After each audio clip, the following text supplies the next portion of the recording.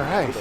There's toys inside of it. Yeah, you crack it open and you get the chocolate and you get like a toy inside a little plastic egg. Or I'll get us one. We can demonstrate.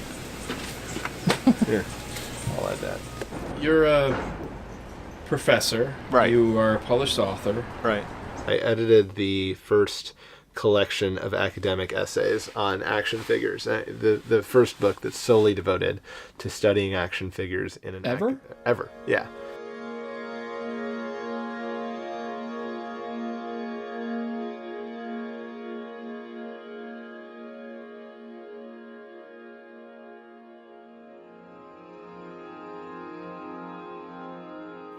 We often talk about how toys can work as avatars. So, if I say that I'm this guy and this guy is a Star Wars rebel trooper, and I build a setup like this, which is like half Cantina and half Dairy Queen right now, and I put myself in that, then what I'm doing is basically imagining myself in the action. And I can look like this, but then what happens if I take him out and say I actually look like her, and this is my avatar? So now this is the way I identify, and I put myself into the scene.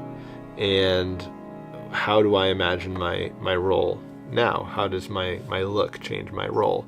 And so I think it's got a very, very powerful ability to be kind of an avatar experience, which is exactly what video games do. And it's exactly what VR does. The only difference is here I have to physically move the figures around if I want.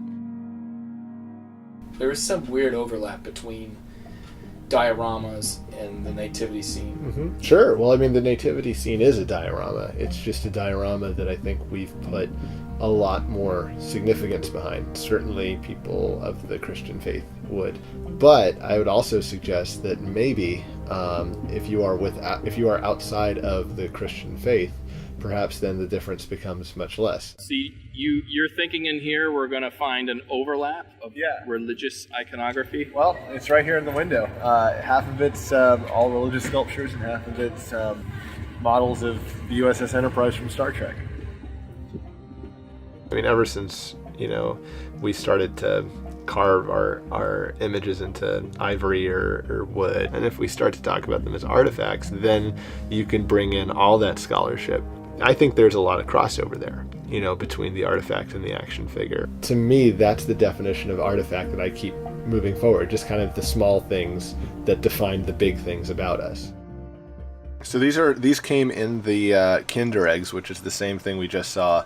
But there was a story going around the internet not too long ago of a grandmother in Argentina, I think it was, who was praying to this, thinking it was a saint.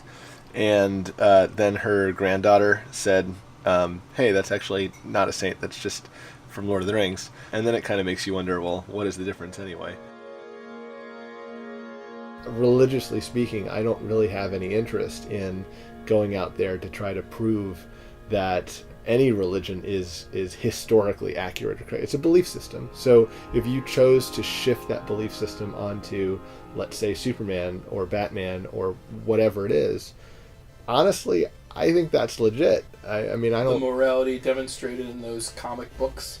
Yeah, I mean, exactly. These things are not animate. They're not self-aware. They don't know what they are. We are projecting meaning on top of them. So when we see something that resembles the baby Jesus, we project onto it the meaning that says, this is baby Jesus. The figurine itself is not standing up and telling you that. We're putting that meaning onto it. And we put the meaning onto the Riddler or Wonder Woman. And I think that's the difference. The difference is what we make it.